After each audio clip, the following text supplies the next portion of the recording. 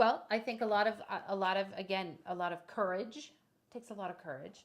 It takes a lot of it takes a lot of courage to try things out and fail and learn from them, and then come back and put something else in motion and continually do that. So continually face your fears and Gotta have a take thick the skin. challenges. Yeah, you've got to have a thick skin. You've Yeah. got to be able to hear no. You've got to be able to take criticism.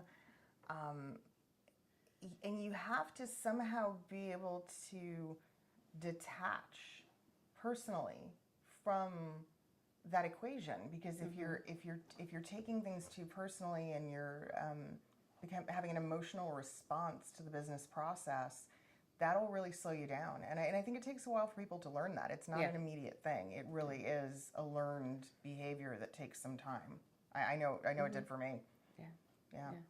You just have to dip your toe in the water. And I like to think of it as, I don't like to say that I fail. I like to say that I learn and then I switch directions, or I kind of evolve into a method that will work versus adapt.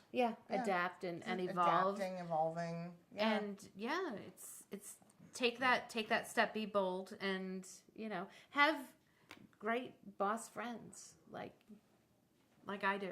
Oh. I think it's always fun to be able to bounce things off. Yes. Yeah.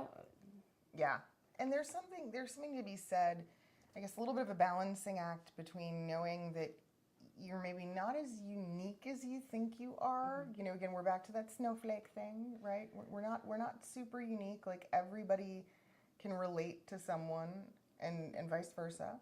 But at the same time, you got to know that you're awesome.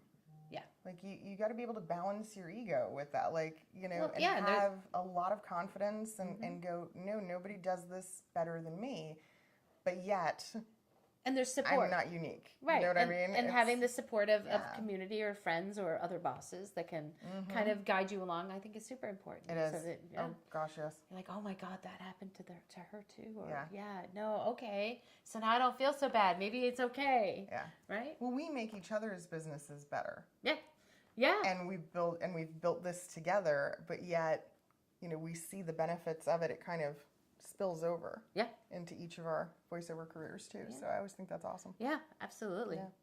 I think the podcast actually is amazing. I mean, and we were just discussing this the other day, that the podcast has actually brought us more work, like both together and individually, because people, rule one, right, of what is it, Marketing 101, people buy from people they know, like, and trust.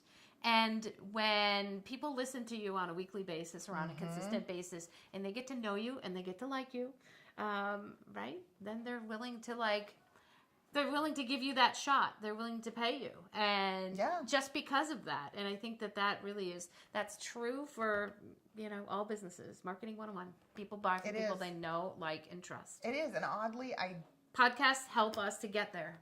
Right, but I never thought of that when we started. Me either. That was not like, oh my God, that's my intention. No. But that is certainly probably one of the best benefits. Oh yeah, it was. That people will reach out to us now and say, oh my God, yes. So I listen to I love your podcast. And so, and I always ask people how did you hear? And a lot of times they're going to say now that they know me from the podcast. It's a very cool perk. I really like what you said about, and so, Couldn't have predicted it. Yeah. But I love it. It's been I think one of the biggest benefits, really. Oh, yeah. For sure.